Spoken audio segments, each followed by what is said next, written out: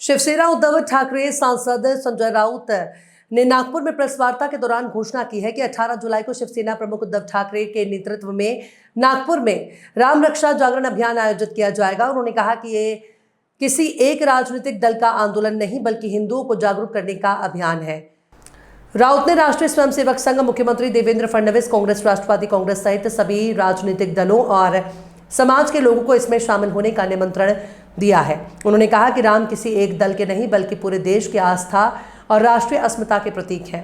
संजय राउत ने अयोध्या के राम मंदिर सहित अन्य मंदिरों में कथित वित्तीय अनियमितताओं और दान राशि में घोटाले का आरोप लगाते हुए कहा कि केवल कुछ आरोपियों की गिरफ्तारी से मामला खत्म नहीं होगा और कुछ आरोपियों को बचाने की कोशिश की जा रही है। उन्होंने बद्रीनाथ, केदारनाथ मंदिरों में भी कथित अनियमितताओं का उल्लेख करते हुए कहा कि ढोंगी हिंदुत्व को बेनकाब करने और मंदिरों की सुरक्षा और पारदर्शिता के लिए यह अभियान शुरू किया जा रहा है। राउत ने दावा किया, जो लोग राम रक्षा का पाठ करते हैं उन्हीं पर मंदिरों की लूट के गंभीर आरोप लगे हैं और दोषियों के खिलाफ सख्त कार्रवाई होनी चाहिए। 18 तारखेला नागपुरात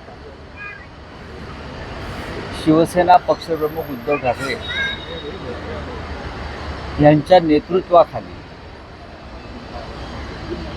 हिंदूंना जागा करण्यासाठी नागपूर निवडलं आहे। रामरक्षा आंदोलन जे आम्ही मुंबईत सुरू केलं आणि संपूर्ण महाराष्ट्रातल्या 36 जिल्ह्यांमध्ये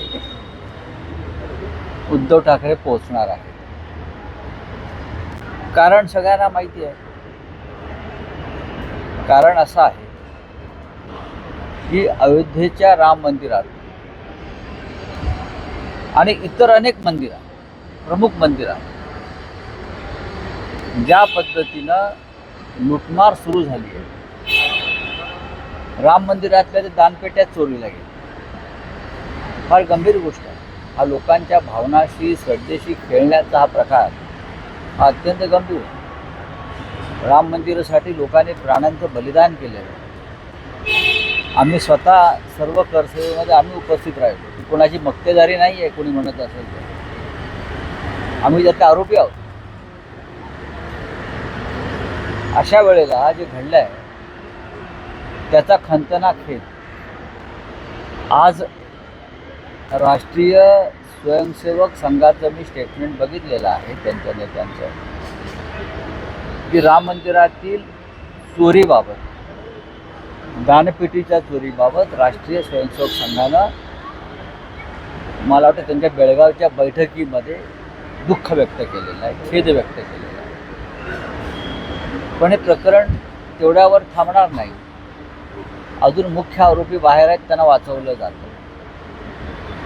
अशा वेळेला या इतर बद्रीनाथ, केदारनाथ मंदिरामध्ये घोटाळा झालेला आहे, इतर अनेक मंदिरांचे घोटाळे समोर आलेले आहेत आणि रामरक्षा आंदोलनातून आम्ही लोकांना जागा करतो की ढोंगी हिंदुत्ववाद आता संपला पाहिजे। ढोंगी हिंदुत्ववाद यांच्यापेक्षा प्रखर हिंदुत्ववादी आम्ही आहोत। बलिदान केलं आणि त्यासाठी उद्धव ठाकरे यांच्या नेतृत्वाखाली 18 तारखेला 4:30 वाजता नागपुरामध्ये हे आंदोलन होईल। त्याला आम्ही आंदोलन म्हणत नाही, त्याला आम्ही एक जागरूकता आणण्याचं काम आम्ही करतो। आणि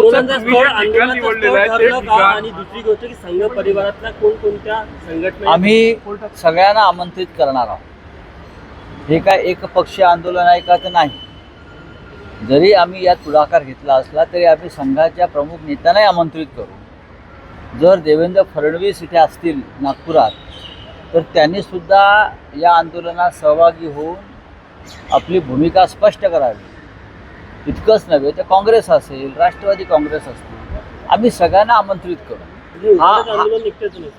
हो, आम्ही त्याचं उभारणी करतोय, नेतृत्व करत आहोत। पण सगळ्यांनी यावं। हा राजकीय विषय नाही।